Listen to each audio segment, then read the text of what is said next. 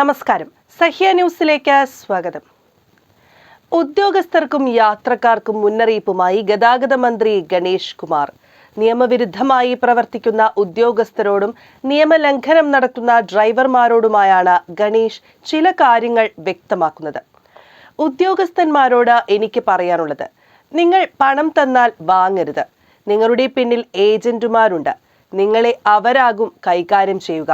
നമ്മുടെ ഓഫീസുകൾ വെളിയിൽ നിന്നുള്ളവരല്ല കൈകാര്യം ചെയ്യേണ്ടത്. കഴിഞ്ഞ ദിവസം ഒരു വീഡിയോ കണ്ടു. ഏജന്റ് മോട്ടോർ വെഹിക്കിൾ ഓഫീസിൽ കയറി കമ്പ്യൂട്ടറിൽ പാസ്വേഡ് അടിച്ച് കയറുകയാണ്. കടുത്ത കുറ്റകൃത്യമാണ്. പാസ്വേഡ് കൈമാറിയ ഉദ്യോഗസ്ഥർക്കെതിരെ ശക്തമായി നടപടിയെടുക്കും. പക്ഷേ നിങ്ങൾ ആലോചിക്കേണ്ടത്, ഓഫീസിൽ അനാവശ്യമായ ആളുകളെ കയറ്റരുത്. പുതിയ മന്ത്രി വന്നപ്പോൾ ആരും ഓഫീസിൽ കയറരുതെന്ന നിർദ്ദേശം നൽകി എന്നായിരിക്കും. എന്നാൽ ആർക്കും RTOയോ ജോയിന്റ് RTOയോ കാണാം. പക്ഷേ സെഷനിൽ കയറരുത്. ഓഫീസിലെ പലരുടെയും ഫയലുകൾ ഒളിച്ചുവെക്കുക, ഉപദ്രവിക്കുക തുടങ്ങിയ കാര്യങ്ങൾ ചെയ്യുന്നതിലേക്ക് നീങ്ങരുത്. ഫയലുകളും അന്വേഷണങ്ങളും റിസപ്ഷനിൽ ബന്ധപ്പെട്ട് മാത്രം കൈകാര്യം ചെയ്യുക.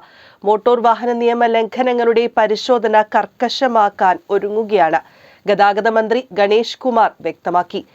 ഇതുവരെ പോലീസും MVD ഉദ്യോഗസ്ഥരുമാണ് പരിശോധന നടത്തിയിരുന്നത്.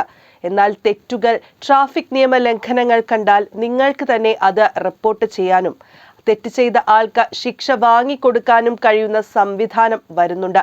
ഫ്രീ ആയി ലഭിക്കുന്ന ആപ്പ് വാട്സാപ്പ് പോലെ ഉപയോഗിച്ച് നിയമലംഘനം റിപ്പോർട്ട് ചെയ്യാം. നിങ്ങൾ പകർത്തുന്ന വീഡിയോ പരിശോധിച്ച് MVD ഉദ്യോഗസ്ഥർ നടപടിയെടുക്കും.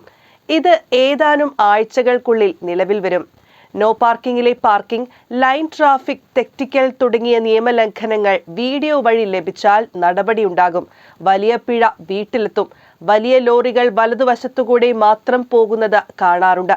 ഇടതുവശത്തുകൂടെ ഓവർടേക്ക് ചെയ്യാൻ വേഗത്തിൽ പോകാവുന്ന കാറടക്കമുള്ള വാഹനങ്ങളെ നിർബന്ധിതരാക്കുകയാണ്.